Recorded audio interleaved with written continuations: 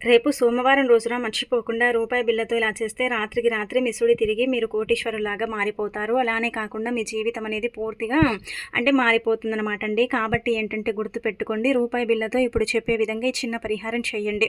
మనందరికీ తెలిసిందే కదా రూపాయి బిళ్ళ గురించి. చాలా వరకు కూడా చెప్పాలంటే ఒక రూపాయి ఏంటంటే మన జీవితంలో ఉండే కొన్ని రకాల బాధల్ని, కష్టాలను, సమస్యలను తీర్చేస్తుందండి. మనకేంటంటే మంచి ఫలితాలను కూడా ఇస్తుందని చెప్పొచ్చు.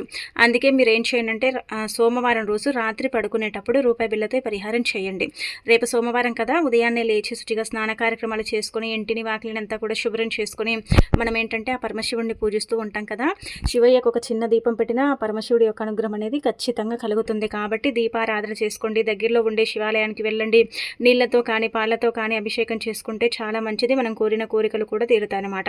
ఇక తర్వాత రాత్రి పడుకునేటప్పుడు ఒక రూపాయి బిళ్ళను తీసుకోండి. తీసుకున్న తర్వాత ఇది ఎవరైనా చేయొచ్చు ఈ పరిహారం.